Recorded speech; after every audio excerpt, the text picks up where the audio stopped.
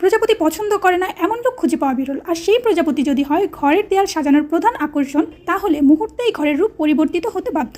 এখন অনেকেই দেখে ভাবতে পারো এটা তৈরি করা খুবই ইজি, কিন্তু আমি তা বলবো না। কারণ একটা কথা আছে, যে কাজ তুমি যত বেশি শ্রম আর ধৈর্য দিয়ে করবে সেই কাজ তত বেশি নিখুঁত আর সুন্দর হবে। 3 থেকে 4টে স্টেপ পার করে একটা প্রজাপতির পাখা কমপ্লিট করা যায়, তাই বলা যায় এটা একটা ঝামেলামূলক ডেকোর আইটেম। কিন্তু আমি বলবো ঝামেলা হলেও ধৈর্য সহকারে যদি এই ফুল ডেকোর আইটেমটি কমপ্লিট করো এবং দেয়ালে সাজাও, দেখবে তোমার সকল কষ্ট কর্পূরের মতো উবে যাবে।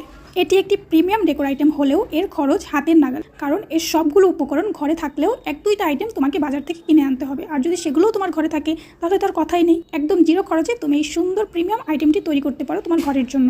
প্রজাপতিটি তৈরি হওয়ার পর সর্বশেষে এর বর্ডার লাইন হিসেবে জুটের রশি দিয়ে র্যাপ করে নিতে হবে, এবং র্যাপ করা হয়ে গেলে প্রজাপতির ডানায় তুমি সুন্দর সুন্দর ফুল দিয়ে এটাকে সাজিয়ে নিতে পারো। এখানে তুমি তোমার পছন্দ মতো ফ্লাওয়ার ইউজ করতে পারো।